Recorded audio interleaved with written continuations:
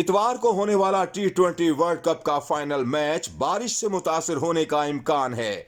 Australia के शहर Melbourne में होने वाले फाइनल में पाकिस्तान पहले ही पहुंच चुका है, जबकि आज इंडिया और इंग्लैंड के दरमियान होने वाला सेमीफाइनल जीतने वाली टीम पाकिस्तान के खिलाफ मैदान में उतरेगी। महकमे मौसमियात के मुताबिक इतवार की शाम को मेलबर्न में 95% बारिश का इम्कान है। पीर को भी बादल बरसने की पेशगोई की गई है।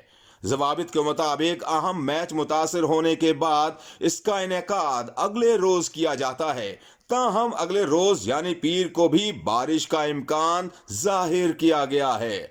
इस हवाले से इंटरनेशनल क्रिकेट काउंसिल का कहना है कि पहली तरजीह यही होगी कि मैच को उसी रोज ही मुकम्मल किया जाए जिस पर उसको शेड्यूल किया गया है। T20 वर्ल्ड कप के लिए वज़ा किए गए कवानीन के मुताबिक जरूरी है कि मैच को तभी मुकम्मल तसव्वुर किया जा सकता है जब कम अज कम 10 ओवर्स का खेल हो सके, जबकि बारिश की सूरत में मैच को वहीं से शुरू किया जाएगा जहां से रोका गया था। इसी तरह कवानीन में ये नुक्ता भी शामिल है कि अगर बारिश की वजह से खेल मुमकिन ही ना हो तो इस सूरत में फाइनल में पहुंचने वाली दोनों टीमों को मुश्तरका तौर पर फातेह करार दिया जाएगा।